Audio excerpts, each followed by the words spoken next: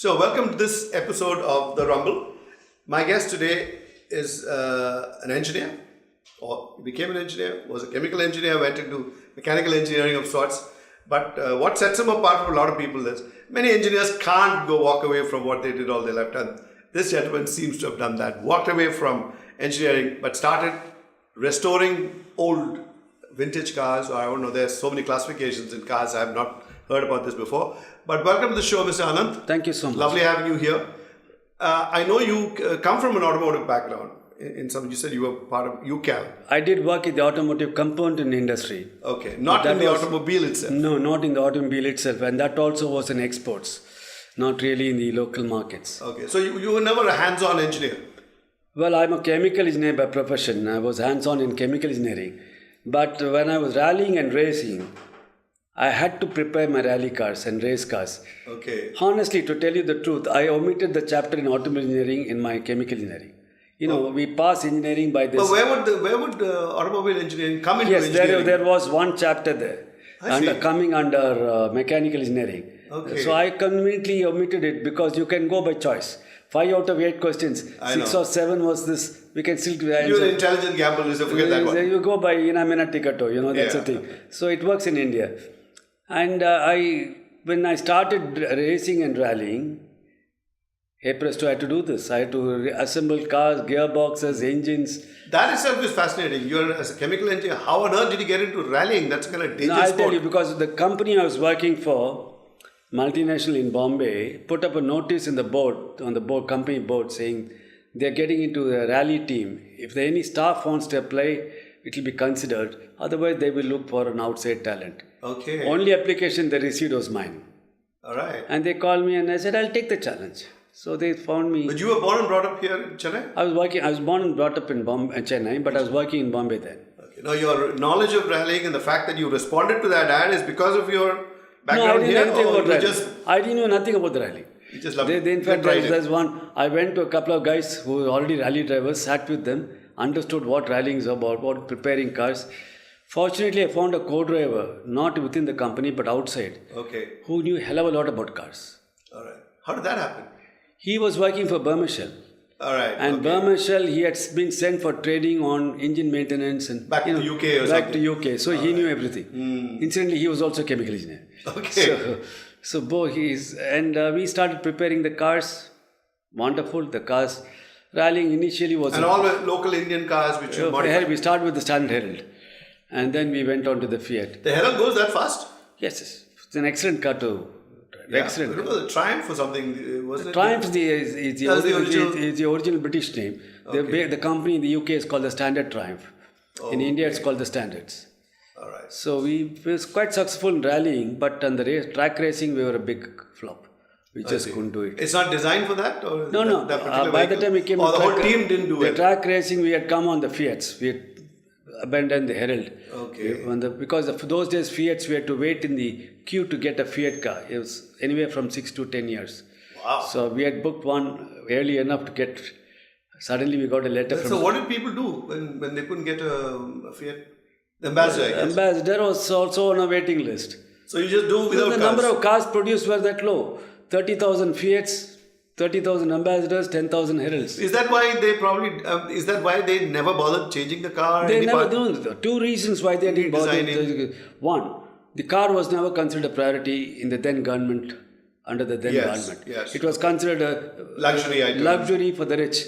Okay. So they were not luxury bothered. for the rich. For the rich. Okay. Not even if you are not in the upper bracket, no, you don't do it. And second thing, we had something called the government controls, where if you produce more than the licensed capacity, you're hauled up over the coal. You penalized for that? Yes. 1 unit more than what you've been licensed. If you ever talk to people of those days who were in power in the government those days, and if you ask them, talk to them today, say, why on earth did you do these goofy things those days? What do they have to say for themselves? They write a book. They write a book money out of that. They write a book saying, the things ought to have been done like this, but they didn't do it when they were in power. Yeah, it's amazing this has become the habit. I know they probably try to explain away something which can't be explained. I think it was just a socialistic atmosphere then. It didn't allow the companies to expand, so there was a huge vacuum created. Production was not meeting the demand. And we were not allowed to import either? No way we could import. Though I did remember, my dad was an IAS man from Tamil Nadu, and he had a Pontiac or something. I remember, but that was when I was very young, so 50, 60 years ago. Maybe those days they were the only cars you could get. No, Indian automotive industry is like this. In the pre-1950, cars were allowed to be imported. 40s, 30s, 20s, that's probably 10s, what I'm talking they about. were imported. Yeah. And soon after independence, we said Swadeshi. So you either make We a have to khadi set car up. We have to set up our own manufacturing. Good. At some point of time, we had to be self-reliant. Yes. Good move, no doubt. But then those licenses were given only to 3 manufacturers: one in Western India, one in Eastern India, one in Southern India.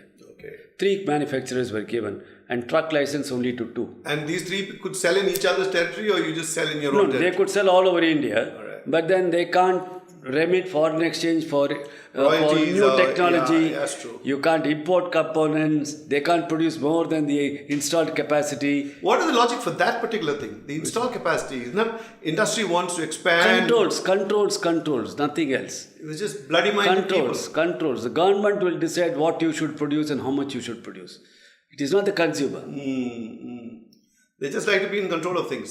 It's control of things. I guess governments everywhere love that. Otherwise, we wouldn't have had the ambassadors chugging for so many years. We would have had some replacements of the ambassador long back. And people always say the difference between the Mark 1, Mark 2, Mark 3, Mark 4 is just that sign which says Mark 1, Mark 2, Mark And 3, then the Mark 4. front It's basically grill same and the car. bumper. Front grill and Yes. the bumper. Yes.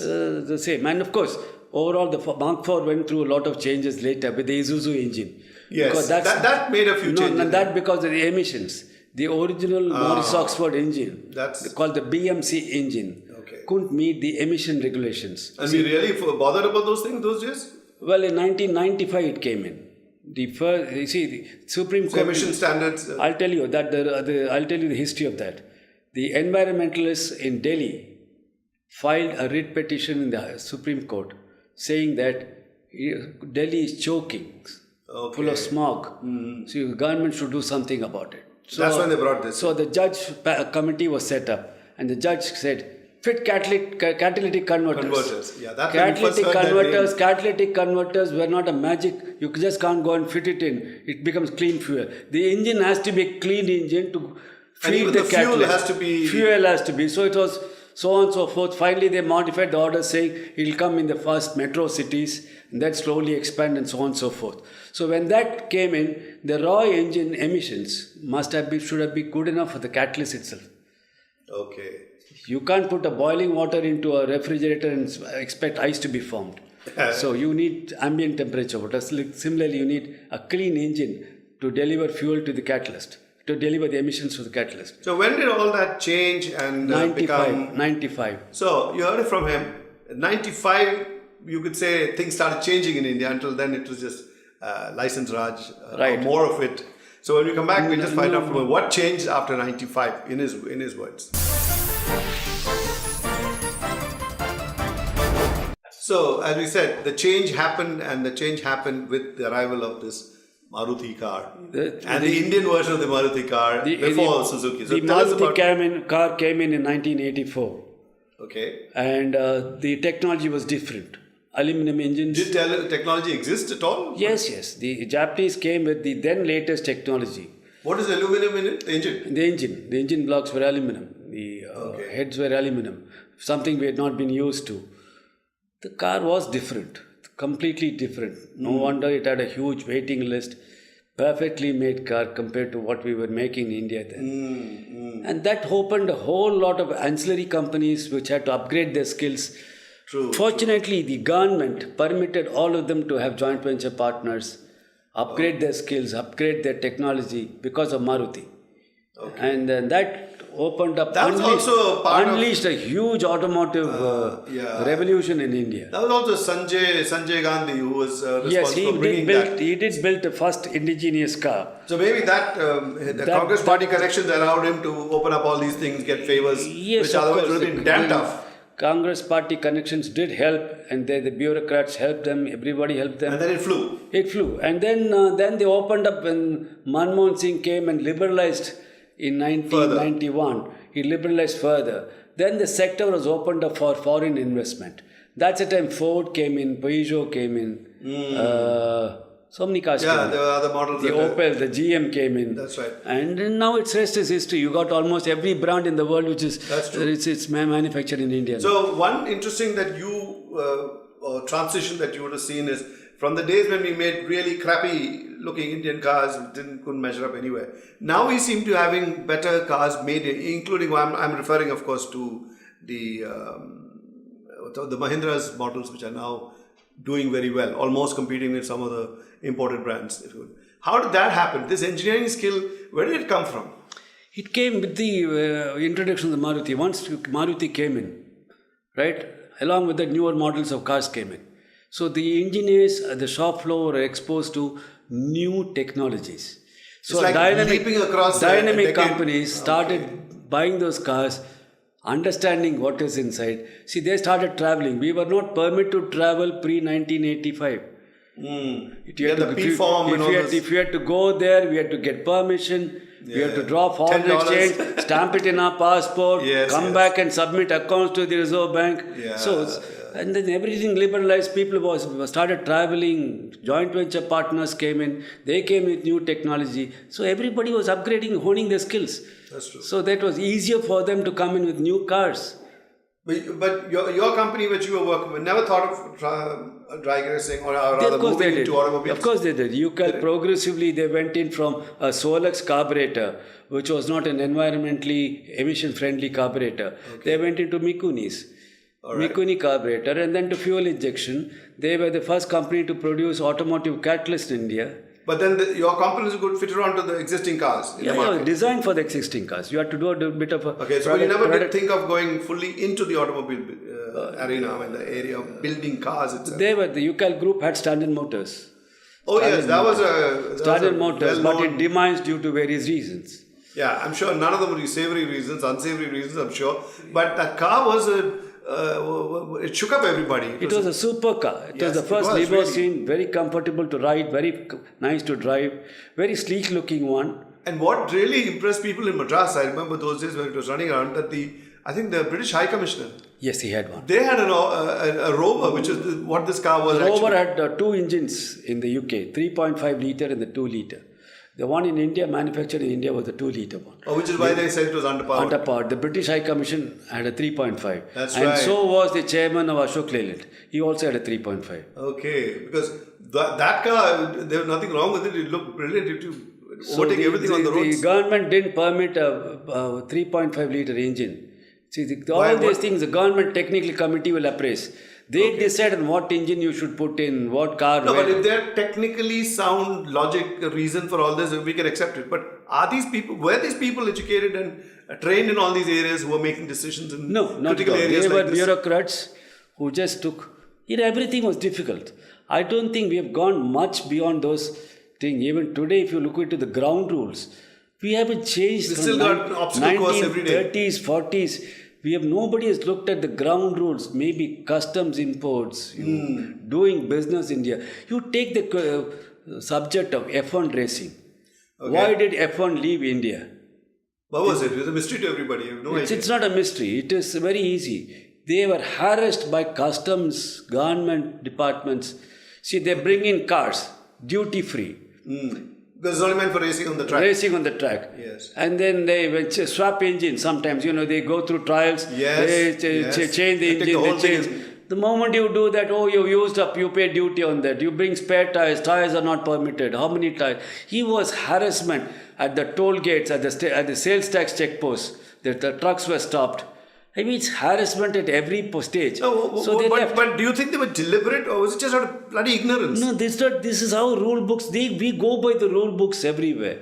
Every department. But again, that begs the question. Was it a whole series of corrupt businessmen who forced the government to think like everybody is a crook? I wouldn't think so because they are the sufferers at the end of the day. You see, they are also the sufferers. They are not able to move things freely. It's just that nobody has addressed the ground rules yet. It's easy to sit at the top and say, make in India. Yeah. To make in India, please understand, a foreigner who wants to invest in India has options of at least half a dozen other countries in the same region. Thailand, far more welcoming. Thailand, Indonesia, Malaysia, Vietnam now, Burma now opening up now. Correct. Split, Sri Lanka. Yes. Why should he ever come to India? There must be a USP A for good him. reason for Yes, we must have a unique selling proposition. We don't seem to have an USP. A few months, few years down the line, he thinks, oh, it's very tough. I think this has been the comment of many investors. It's Many tough, startups, they start up and then they're tough doing business in India. It's because of the paperwork. Everywhere it's paperwork. You go and tax a person retrospective. This is what happened with Vodafone. That's true. This is understood. Once you've assessed the tax, it's over. You got to leave it alone. And if you're going everything retrospective, I mean, are you going to worry about the future or about the past? Everybody thinks for themselves also. Why are we throwing so many blocks in the way? Is it to keep out the competition, therefore develop our skills? You don't think that's the reason why they do I don't think so, because it's ultimately the consumer who decides who the competition should be. If 50 car companies are going to come to India, well, some sell, some fall by the wayside.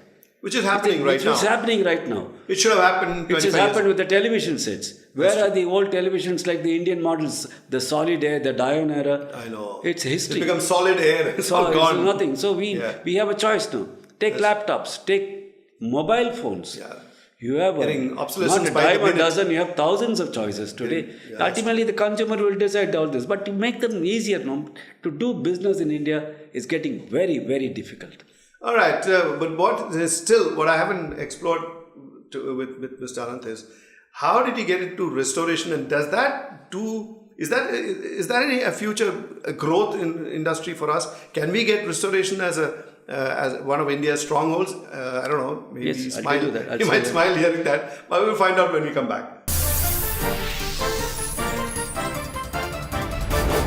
So this car restoration business is actually very serious engineering. It's not just some frivolous thing. It is. So you have been successful doing that here. So how did you find the people to do all these specialized jobs? Well, I've been fortunate to get a very good team. Pure fortune? Luck, pure fortune, I would say. But I pay them very high salaries to retain them. Okay. Because at the drop of a hat, another restorer can either pinch them, or even a collector having a large amount of cars will. But are there so many of them? There are plenty of them. Oh, I see. So they can also pinch them. Okay. And second thing, working on new cars is far easier than working on vintage cars. That's true. He can say, I don't want this headache, stressful job. Let me go and join Lanson Toyota or a Maruti dealer. I'll be happy. Why the hell should I do this? I'm a mechanic at the end of the day. Why should I do old cars? So these people who work in your plant, you still consider them just mechanics, not as skilled labor of some sort. I mean, very highly skilled people. They are all skilled mechanics. Better than average mechanics. They are not literate per se. Okay. So you don't have trained engineers among them? No, engineers. I've tried them. Less said the better. Okay. It failed. We leave that subject out. We leave that subject out because it failed. Okay. These are people who have been mechanics and body beaters and painters. They didn't study and much. They become good at it. In some patre they went and learnt. Yeah. They've learnt it the hard way. They know their job. Okay. And they prepare to take instructions from me, guidance from me, because when there's a naughty problem, they come running to me. That's true. If it's a run-of-the-mill stuff, usual stuff, they know they can tackle it. Suddenly, sir, what to do? But in this new atmosphere, which we hear the government trying to build about Make in India. Make in India has so much to do with know how to make in India, not just make what. If you don't have skilled people, you can't. So somebody who working in your specialized area of restoring and refurbishing or whatever those words are, and won't they be won't they be the core of a new group of people who can just transform things in factories? I'll tell you, the answer is very simple here. The younger generation does not want to come into this vintage car restoration business because there's a lot of work. If you take use that as a stepping stone to go into. I'll tell you, if you take a component, we dismantle it, rebuild it, put it back, assemble it. Yes. In today's car, you buy the whole component, fit it with 4 bolts, forget about it. You Fit can and forget. Yeah, like they say, you can take the engine out, change the body, put the same engine back. So everything is changed. Fit and forget. If everything is fit and forget. Fit and If forget. the door handle gives trouble, buy the whole assembly, fit it back. Few screws, few nuts. Here it is not that. You'll have to sit, break your head, find out what is wrong. Yeah, because you can't do that. You can't do that, then find out trial and error. It takes time. But overseas, won't it be what we discussed here? All these parts are available? Not all parts are available for all cars.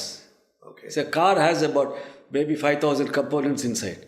Good, big and small and complicated and less complicated, all put together. All the 5,000 will not be available.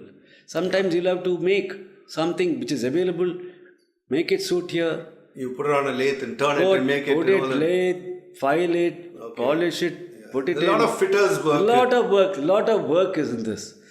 It's not easy. Abroad it's relatively easier because, as you rightly said, they have access to better parts, easier parts. Here we have to import everything. Yes. And another customs law also comes in. We are not permitted to import used parts, used reconditioned parts. It has to be brand new or nothing. It's the whole sentence is ironical if you start from the beginning to the end. New parts for vintage cars. One part of the sentence. It's like Indian made foreign liquor. It's like Indian made foreign liquor. But there's nothing we do about it. so this is my often I fight with the customs on this. Paradox. But then this is how the rules are. This is what I'm saying. If I'm going to start restoration for a foreign client, he might send me a refurbished. Oh, that leads us to the next one, which you mentioned briefly, that this is a great opportunity for India. It is. You like to elaborate on that? If things Yes, go right. I have had offers from companies in Europe saying that we are finding it expensive to restore. Would you be able to take cars from us? Okay. You do all the basic work and ship the car back. We will finish it. Because their finishing is far superior to India. The better tools are, I guess. We'll finish it. We'll the paint work, everything. We'll do that. And then the lot of environmental friendly paint. To take Europe, you can't use paints having polyurethane. It's banned. Okay. So all such in India we still use it. So, they advertise it saying containing polyurethanes as if it's a recommendation. So in Europe, particularly in Germany, it's banned. Okay. So they are very fussy about all this. So what they're saying is, you make the car, you do the mechanical part of it, do the body, ship everything. It out to us. Finish make the primer and send it out. We will finish it. It's still cheaper for us. But then I've been making my rounds to the Director General of Foreign Trade, to the Customs Commissioner. Everybody says, you can bring it in, but, the tension starts, the stress starts with after the word but. Yes, then you find the paperwork, it weighs more than the weight of the car. That's true. 20 copies of this, 30 bonds to be signed, 50 guarantees to be given. Are you optimistic that the nation is going in the right direction, or you think we are not progressing? We are not. No. You take, when I was in 2006, I was in Malaysia as the chief judge for the Malaysian Vintage Car Show. Okay. And I happened to walk along with the then Malaysian Prime Minister, and we had lunch together. He said a very simple thing. Between India and Malaysia, the difference. He said, we set up the infrastructure first. We cleaned up our procedures first. Then we just kept quiet. The foreign investors came knocking. Okay. You guys are doing just the reverse. You want the foreign investors to come, and then you will later clean it and then put the infrastructure. So we're doing it the wrong way, absolutely wrong way. And so who is to blame for this? Is it the educational systems? It's the politicians and the bureaucrats. The educational system. You think they're not turning out engineers who can be really engineers, yes, but once the liberalization really comes in, the companies demand at a certain number of skills. I'm sure the institutes will also have to change. Otherwise, they'll become unemployable. Yeah, But this is it's all cascades from one to another. Today, there is no incentive for a person to set manufacturing in India. I'm sorry to say this. Yes. Foreign companies will not come to India that easily. Why do they come to India? It's only for the huge population here. Or they say a big market, or they big market, Indian market. Yeah. The Indian market is bigger than the Indian elephant. So that's why they like to come. But they use this as an export base in certain areas. But there again, some states have become more expensive. Almost as expensive as anyone else. Than the other states. For instance, Tamil Nadu has become one of the most costly states in India. West Bengal is probably cheapest. Bihar is cheaper. Is that the level of exploitation that goes Level on? of exploitation and the salary scales. Keeps dipping. Because the industrialization is very high in Tamil Nadu. So it keeps pushing up the prices. But for the moment, you're happy restoring cars. I'm very happy restoring cars. And there are plenty of broken down cars for you to fix, or is that also scarce? Plenty. We have got a long waiting list in our books. Challenges. We are now doing a 1911 car, one of its kind in the world, which the Mercedes-Benz Museum disowned. They said we can't restore this car. They said they could. They can't. They said they can't. This car is unrestorable because it's gone down the hill, gone over the hill. So I said, look, in India we call something called the Jugaad. Oh, Jugaad, yes. Anything, we don't throw away things. Yeah, true. We're still keeping the ambassadors as taxis and running around. Keep plastic dabbas. Anything. Even the ambassadors are still running as taxis. Yes. And even go to Ooty, there's a 1951 Vauxhall still running as a taxi there. Yeah. So we don't throw away things. We still have the old television sets. We don't throw away them. So I said, I would thank you for your advice. You just give me a database. Maybe I think if you just keep at what you're doing, just don't give it up. You might end up as being the best known restorer in this part of the world. We are almost there. We are almost there in terms of quality of finish and fit and finish. The hardly couple of other restorers who are as good as us. Well, Mr. Ananth, it's been lovely having you. Lovely. And thanks for talking to me. Thanks for the opportunity. I must come and see your workshop. Most welcome. Anyone is welcome to take a tour around. Thank you for coming. It's a small workshop though. Thank you.